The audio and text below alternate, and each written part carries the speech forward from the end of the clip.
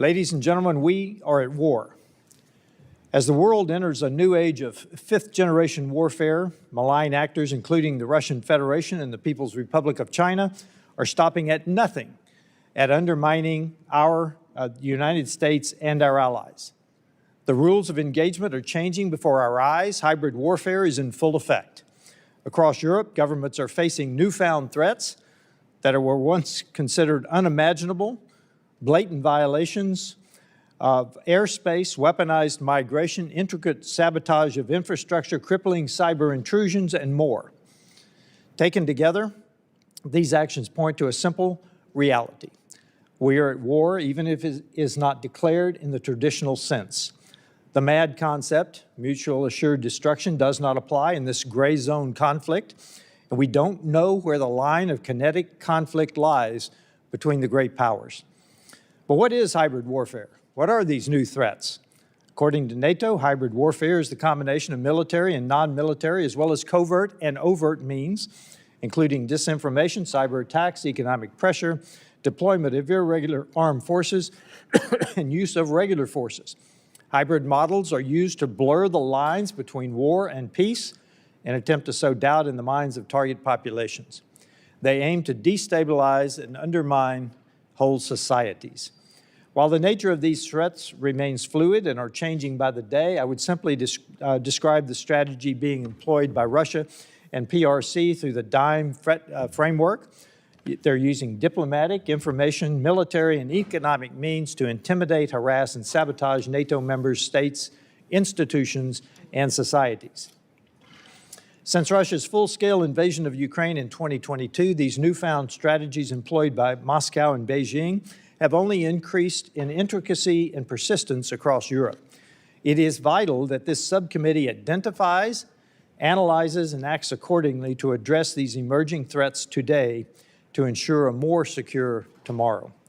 In the air, drone incursions over major civilian travel hubs, in addition to military installations, remain a safety, security, and intelligence challenge.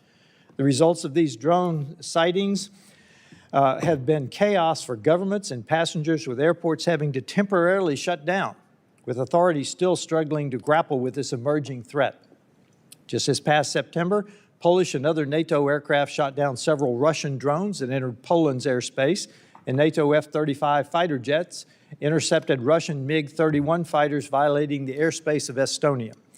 Overall, this increase of malign aerial activity has heightened tensions, especially on NATO's eastern flank, that has exponentially increased the potential for future kinetic conflict. On the ground, Russia, particularly through its GRU intelligence service, is conducting a range of conventional and non-conventional sabotage schemes. These schemes include arson attacks on commercial hubs like shopping malls, the sabotage of railways to cause derailments, the severing of underwater power and communications cables, and the smuggling of illicit items and disruption of airspace using weather balloons. While the malign actions range in sophistication and effect, the objective of the Federal Federation is to cause general chaos and damage, not just against strategic targets, but across all areas of society. In cyberspace, Russia and PRC are running rampant, targeting governments, businesses, and private citizens across Europe. According to a report from Microsoft, cyber attacks emanating from the Russian Federation against NATO countries has increased 25% year over year. I suspect that's low. These attacks target critical infrastructure, government services, financial services, transportation systems, energy, healthcare sectors of NATO members. Similarly, the PRC is unleashing its own state-sponsored hackers, including Salt Typhoon, in addition to continued efforts to embed its own technology throughout key areas of the European economy. Last week, 2 technology companies based in China were sanctioned by the UK for dangerous and indiscriminate cyber attacks that were carried out against 80 government and private industry IT systems. Frankly, to our witnesses, your written testimonies lend absolute credibility to the fact that we are at war. I wish I could assign them as required reading for a significant segment of the American population. Every nation in Western civilization needs to understand the breadth and the depth of China burrowing into Western national defense backbone and infrastructure just how much China controls. I believe the sovereign nations of the West are awake to the danger. We now need to accelerate our ridding of the West of Chinese influence and control. I look forward to your testimony today.